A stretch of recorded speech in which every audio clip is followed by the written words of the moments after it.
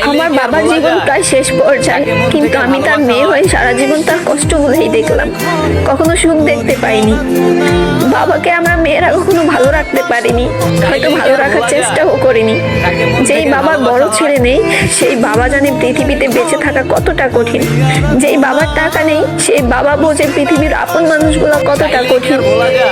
আমার বাবার আমরা 3 মেয়ে 1 ছেলে। আমার ভাইটা সবার ছোট, সেই ভাই না পারে বাবা মার জন্য কিছু করতে, না আমরা মেয়েরা পারছি। মেয়েরা তো বিয়ের পর স্বামীর সংসার বোঝাতেই ব্যস্ত, বাবাকে দেখার সুযোগ কি তাদের আছে? আমার বাবা আজ বৃদ্ধ বয়সেও আমাদেরকে কাজ করে খাওয়ায়, কিন্তু আজ তার একটা বড় ছেলে থাকলে সে অন্য বাবাদের মতো ঘরে বসে ছেলের ইনকামে চলতে পারতো। যাক আলহামদুলিল্লাহ, বাবা এই বয়সেও ইনকাম করে আমাদের খুব ভালো রেখেছেন। বাট বাবার একটাই চিন্তা, আমি যদি না থাকি, আমার এই যে ছোট্ট একটা ছেলে, তাকে মানুষের মতো মানুষ করবে কে?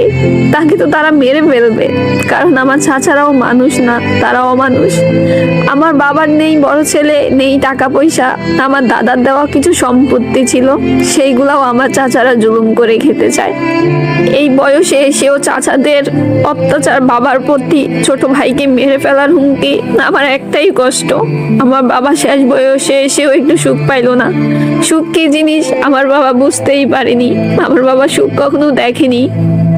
নিজের আপন ছোট ভাইদের এমন অত্যাচার আমার বাবা কখনো মেনে নিতে পারেনি। আমার বাবা সব সময় কান্না করতো আর বলতো, আমি চলে গেলে আমার ছেলেকে তারা বাঁচতে দিবে না রে মা।